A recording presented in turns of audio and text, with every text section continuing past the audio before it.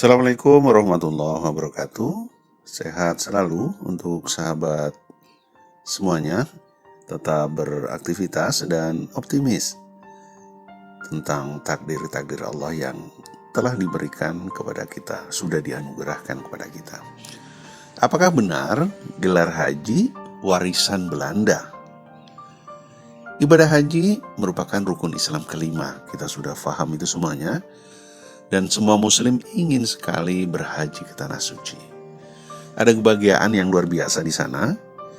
Bisa berdoa sepuas hati di depan Ka'bah, ke Madinah, ke Mekah, dan benar-benar bisa menyampaikan keluh kesah kita ke sana. Beribadah sepuas-puasnya. Daman semua orang menjadi haji yang mabrur. Tapi benarkah ada yang hanya mendambakan gelar sehingga akan tertempel di depan namanya Haji Fulan, Haji Fulanah? Wallahu a'lam bishawab. Seorang muslim mempunyai kewajiban ke tanah suci dan diharapkan ke sana menjadi haji yang mabrur. Di Indonesia lazim dengan penyematan gelar haji di depan nama. Ada yang menanyakan apakah itu benar warisan dari penjajah.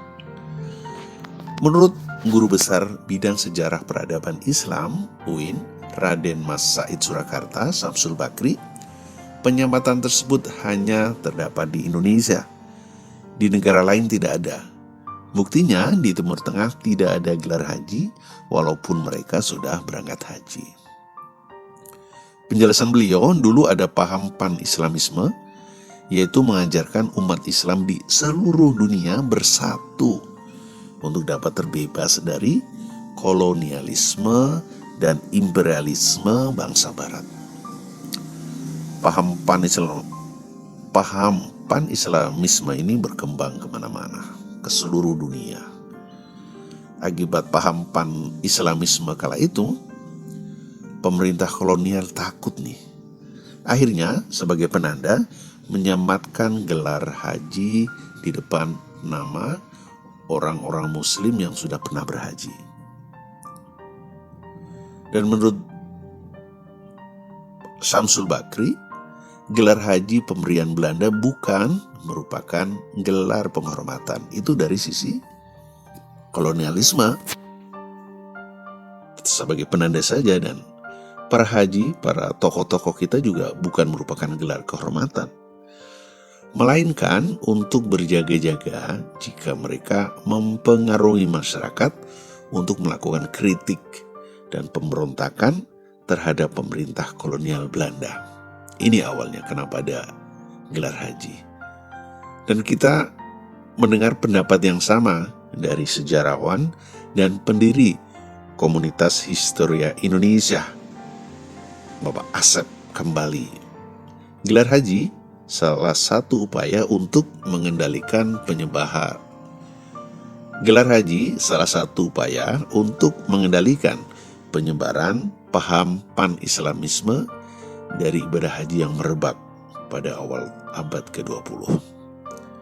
Sehingga sejak tahun 1916, pemerintah Belanda menyematkan gelar haji di depan nama setiap penduduk muslim yang sudah berhaji. Sekali lagi ini sebagai penanda, ini orang yang akan memberontak kepada penjajah, disematkan gelar haji di depannya.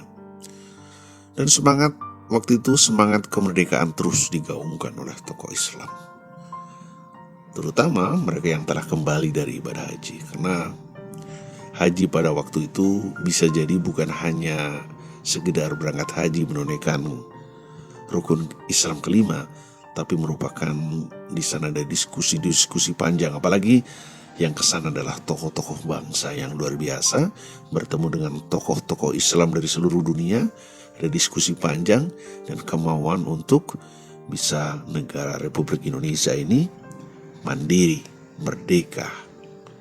Di antaranya Kiai Haji Ahmad Dahlan, pendiri Muhammadiyah pada tahun 1912.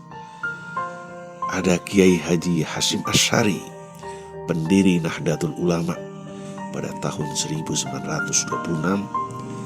Ada Kiai Haji Saman Hudi, pendiri Sarekat Dagang Islam pada tahun 1905, dan ada Hos Cokro Aminoto, pendiri Sarekat Islam tahun 1920, dan Hos Cokro Aminoto, pendiri Sarekat Islam 1912.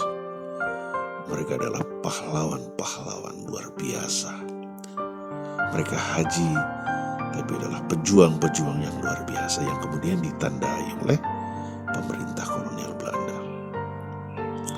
Indonesia sudah merdeka, tapi gelar haji masih tetap ada. Apakah masih sama dengan tujuan awal? Tentu sangat berbeda. Tidak digunakan seperti tujuan awal ketika masih ada penjajahan. Dan ini masih sangat lazim. Bisa dipakai untuk hal-hal yang negatif, untuk orang-orang yang belum paham, tapi juga bisa digunakan untuk hal-hal positif. Dan ini tentu baik buat semuanya. Gelar haji sebagai sarana dakwah bisa jadi disematkan di depan nama, orang awam atau masyarakat secara umum lebih bisa menerima nasihat-nasihat dari Pak Haji tersebut. Dan ini bisa dilakukan untuk sarana dakwah. Juga sebagai pengingat diri, sudah haji melakukan ini dan itu yang kurang baik, tentu ini tidak baik, sebagai pengingat diri. Dan tidak tepat apalagi hanya kalau misalnya ditujukan atau sebagai tujuan untuk pamer dan ria, itu tidak keren sama sekali. Yang jelas, semoga yang sudah berhaji tambah baik amal budi pekertinya, tercapai tujuan haji sebagai haji yang mabrur. Tentang silsilah haji, kalau dilihat dari di atas, adalah pemberian dari Belanda sebagai penanda, dan sekarang sudah tidak ada lagi penjajahan, sudah merdeka. Haji bisa sebagai sarana dakwah. Sematan haji bisa sebagai sarana dakwah untuk mengembangkan Islam ke seluruh Indonesia. Semoga bermanfaat. Assalamualaikum warahmatullahi wabarakatuh.